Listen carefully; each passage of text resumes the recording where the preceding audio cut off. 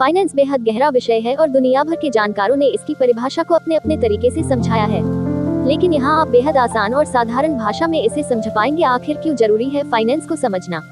Story आखिर क्यों जरूरी है फाइनेंस को समझना?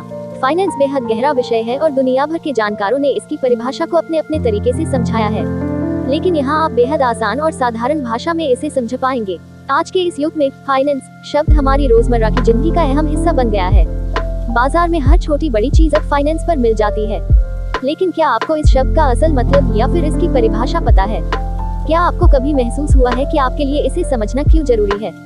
खैर कोई बात नहीं, हम यहाँ आपको समझाएंगे फाइनेंस की परिभाषा और इसके प्रकार। साथ ही आप ये भी जानेंगे कि क्यों आपके लिए इसे समझना जरूरी है। फाइनेंस की परिभाषा। यूँ तो फाइनेंस बेहद गहरा विषय है और दुनिया भर के जानकारों ने इसकी परिभाषा को अपने अपने तरीके से समझाया है। लेकिन यहाँ आप बेहद आसान और साधारण भाषा में इसे दो तरह से समझिए। एक आम आदमी के लिए फाइनेंस का मतलब है रुपए को मैनेज करने का तरीका। अब जरा टेक्निकल टर्म पर जाएं तो हम कहेंगे ये रुपए जोड़ने और निवेश करने का हिसाब किताब है। बिजनेस की भाषा में किसी भी बिजनेस को शुरू करने और फिर उसे चलाते रहने के लिए जरूरी धन। फाइनेंस के प्रकार। फाइनेंस को मोटे तौर पर 3 कैटेगरी में माना जाता है: personal finance, public finance, corporate finance. Personal finance, इसके तहत एक आम आदमी की इनकम, सेविंग्स, इन्वेस्टमेंट्स, उसके खर्चे, उसकी एसेट्स, घर, गाड़ी आदि को गिना जाता है। पर्सनल फाइनेंस का उद्देश्य एक आदमी को अपने धन के साथ सुरक्षित रखने और निवेश करने के लिए सही निर्णय लेने में मदद करना है। यह आदमी की शॉर्ट, मीडियम और लॉन्ग टर्म जरूरतों पर निर्भर करता है। पब्लिक फाइनेंस, जैसा कि दुनिया भर की सरकारों को अपने अपने देश की अर्थव्यवस्था को चलाना होता है। हर सेक्टर के हिसाब से रुपए एलोकेट किए जाते हैं। कोई भी देश, राज्य या स्थानीय प्रशासन आम जनता को दी जाने वाली सभी सेवाओं के लिए रेवेन्यू को कैसे ट्रैक करता है और किस तरह खर्चों का हिसाब किताब रखता है, पब्लिक फाइनेंस के तहत समझा जाता है। कॉर्पोरेट फाइनेंस, इसके तहत किसी भी बिजनेस को चलाने से संबंधित सभी फाइनेंशियल एक्टिविटीज को कवर किया जाता है। आप इसे मार्केट में बिजनेस की ग्रोथ के लिए जरूरी रुपए जुटाने और उसे मैनेज करने के तरीके को मानकर समझ सकते हैं।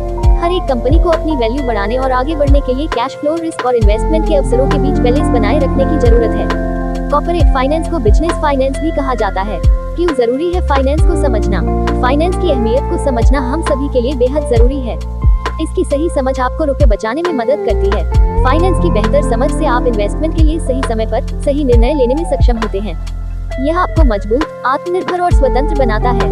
आप अपने भविष्य के लिए लक्ष्य निर्धारित कर सकते हैं। आप खुद को, अपने परिवार को और अपने बिजनेस या कंपनी जहां आप जॉब करते हैं को फायदा पहुंचा सकते हैं। फाइनेंस की समझ आपके लिए किसी भी चीज की सही कीमत लगाने, सही सौदा करने में मददगार साबित होती है। फिनटेक टर्म 21वां सदी से चलन में आई है। ये फाइनेंशियल टेक्नोलॉजी शब्द का छोटा रूप है। ये फाइनेंस और टेक्नोलॉजी दोनों का मिलन है। ऐसी टेक्नोलॉजी जो फाइनेंशियल सर्विसेज को बेहतर और उपयोग में आसान बनाने के लिए मददगार साबित होती है, फिनटेक कहलाती है। यह इंडस्ट्री दिन दोगुनी रात चौगुनी बढ़ रही है, क्योंकि कंपटीशन के इस दौर में हर कंपनी लगातार इनोवेट कर रही है। अलग अलग सॉफ्टवेयर्स और एल्गोरिथम के जरिए पैसों के लेन देन को आसान बनाने, सिक्योर रखने की दिशा में रोज नए प्रयास किए जा रहे हैं। ये सब फिनटेक की ही देन है।